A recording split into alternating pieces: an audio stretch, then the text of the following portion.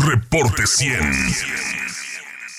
Eduardo Torreblanca, economista, especialista en finanzas y director de Entorno al Dinero, está con nosotros esta mañana para traducirnos al español esto. Gracias, Eduardo, como siempre. Buenos días, ¿cómo estás? Gracias a ti, Juan Carlos, gracias. Gusto en saludarte y poder saludar a tu público. Buenos días. ¿Qué podemos entender por crecimiento económico cuando se dice que un país, su economía crece o su economía no crece o tiene un dato negativo en su economía? ¿Qué podemos entender como tal, Eduardo? Mira, la economía la podríamos entender como la manera en que una sociedad se organiza para satisfacer sus necesidades. Sus necesidades son varias, hay básicas como los alimentos y hay otras que son superfluas, como podría ser un coche de lujo, por ejemplo. Bueno, pues la gente en el mundo y en México trabaja para producir algo, o sea, se inserta en ese aparato productivo que tiende a satisfacer las necesidades del resto de la sociedad. Cuando una economía crece, significa que en la comparación que se esté dando, en este caso el año 2022 contra el año 2021, diríamos, si creciera en la economía de este país, diríamos que se produjeron más bienes y servicios y se otorgaron más bienes y servicios que los que se otorgaron o se lograron conseguir el año pasado. Entre más produce una economía, crece. Cuando decrece significa que la riqueza o los bienes que generamos los mexicanos en el 2022 con respecto al 2021 resultaron menores. Ahí es un decrecimiento, quiere decir que la economía se redujo, se hizo más pequeña. Eso es la manera, digamos, más gráfica que puedo poner a tu auditorio en la mano para que entendamos qué es economía, por qué se crece y por qué se decrece. En la historia reciente, Eduardo Torreblanca, en la historia reciente, ¿en qué periodo es cuando más ha crecido la economía de México? Bueno, en reciente, digamos en el 2018 se creció. En los pasados 40 años, a partir del finales del 2018, en los 40 años anteriores, sí, la economía creció un promedio anual de 2.1%. Ahora, ese 2.1% es mediocre, es bajo, tomando en cuenta el enorme potencial que tiene el país, el tamaño de territorio, el tamaño de población y sobre todo los recursos naturales que están disponibles en nuestro territorio y en nuestros mares. Es decir, diciendo, en cuanto al potencial de crecimiento, México tuvo un crecimiento menor al que potencialmente pudiera aspirar. Es un crecimiento muy pobre. México tiene para poder crecer más de 6% anual. Ahora las cosas se han complicado, pero bueno, podría tener fácilmente, sin ser muy optimistas, un crecimiento cercano al 5% promedio anual, si hiciéramos las cosas que necesitamos hacer para que la economía se desempeñe de mejor manera, llegue la inversión y seamos capaces pues de ofrecer al país mejores resultados. Sí, este sexenio del presidente López Obrador, ¿cómo se ha comportado el crecimiento económico? ¿O ha habido crecimiento económico? No, hasta el momento, así que tomemos el dato posible del 2022, hasta el momento estamos en 1.2% puntos porcentuales abajo de cómo estaba la economía en el 2018. Pero es importante señalar que las circunstancias que vivimos en el 2020 y que enfrentó todo el mundo impusieron castigos muy importantes a nuestra economía y al resto de las economías, y que el proceso de recuperación quizá no ha sido tan rápido como hubiésemos deseado, porque el gobierno decidió invertir poco, prácticamente no invertir en el proceso o en la estrategia para enfrentar la pandemia. Eso no pretende justificarlo, pero sí es importante señalar que el 2020 implicó una caída de 8.5% de la economía, que es muy complejo recuperar la economía cuando tienes una caída de esa magnitud, y en ese sentido se entiende que la economía esté hoy 1.2 puntos porcentuales abajo del nivel que ya tenía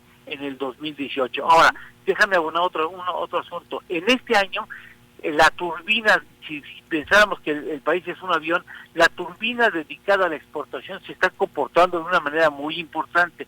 En los datos del mes de agosto del presente año arrojan incrementos en la exportación de 25%, y por ejemplo en la producción y exportación de automóviles estamos hablando de aumentos de 40 y tantos %. O sea, la turbina de exportación está creciendo de manera muy importante, y esto es un apoyo a la economía. Otro apoyo a la economía ha sido de manera muy relevante las remesas que envían los mexicanos que están en el exterior. Estamos hablando de que en este año pudiéramos llegar a 60,000 millones de dólares. Es por mucho la fuente de ingresos más importante que tiene hoy la economía, incluso por encima de la renta petrolera, es decir, de la exportación de petróleo, que estamos exportando a ritmos más o menos promedio de 3,000 millones de dólares. Eso arrojaría menos de 35,000 millones de dólares anuales o 36,000 millones de dólares anuales, cuando la llegada de capitales de mexicanos en el exterior puede llegar a superar los 60,000 millones de dólares este año. Sí, el hubiera no existe, pero sin pandemia, los números de México, ¿cómo estarían, Eduardo? Sin pandemia, pues mira, lamentablemente creo que en este gobierno no se ha podido lograr que los cambios que ha implementado el gobierno federal se concreten en mayor inversión. Lamentablemente la inversión ha estado muy escasa en nuestro país, y mientras no haya inversión, difícilmente la economía podía crecer. Yo creo que hubiera seguido México una inercia ligeramente inferior al 2 puntos porcentual de crecimiento anual si no hubiera habido pandemia. Recordemos que en el 2019 hubo una ligera contracción de la economía, es decir, el cambio no vino bien a la economía nacional, porque ya estaba más abajo de lo que estaba cuando terminó el 2018. Sí, este pronóstico de baja de crecimiento económico de 2.1 a 1.5% que hace la OCDE, Eduardo Torreblanca, ¿con base en qué datos lo estima? Mira, fundamentalmente al comportamiento general del comercio internacional, la perspectiva de incremento en tasas de interés que se está desarrollando en gran parte de los países en el mundo, Estados Unidos, la Gran Bretaña, el Banco de Japón, lo hará el Banco Europeo. O sea, los bancos centrales del mundo están encareciendo el costo del dinero, y al encarecer el costo del dinero, entonces están imponiendo condiciones en donde el crecimiento tiende a ser menor. Un aumento en las tasas de interés disminuye la capacidad de producción de las economías, y tomando en cuenta el escenario global, nuestra gran cercanía con Estados Unidos, que pudiera tener una recesión a partir del año próximo, hacen que la perspectiva de crecimiento de México para el año que viene sea difícil, cuando no claramente adverso, porque es muy probable que veamos una menor actividad derivado de lo que está pasando en el contexto internacional y de la manera que se prevé pueda comportarse la economía estadounidense en el año 2023. Sí, Eduardo Torreblanca, comparado con economías similares, ¿cómo está México? ¿Con qué otros países se puede comparar México? ¿Y cómo está su pronóstico de crecimiento económico? ¿Y cómo se ha comportado su crecimiento económico tras la pandemia? Pues mira, déjame decirte que lamentablemente, si nos comparamos con países latinoamericanos, hay países latinoamericanos que tienen tasas de crecimiento superiores a la mexicana, lamentablemente, excepto Argentina, que está atravesando una crisis terrible con una inflación de 80% y de crecimiento de la economía, pero hay economías como la de Costa Rica, puede ser Panamá, puede ser Guatemala, puede ser también El Salvador, Honduras, muy seguramente tendrán un crecimiento superior al de México, y la perspectiva, países del Caribe, pequeñitos, chiquititos, han obtenido mejor crecimiento porque actuaron de manera importante. Para ellos, sobre todo las del Caribe, el turismo es una actividad económica muy relevante, y supieron reaccionar rápido a la apertura, digamos, nuevamente de los viajes internacionales en materia turística, y seguramente ellos obtendrán mejor resultado en el 2022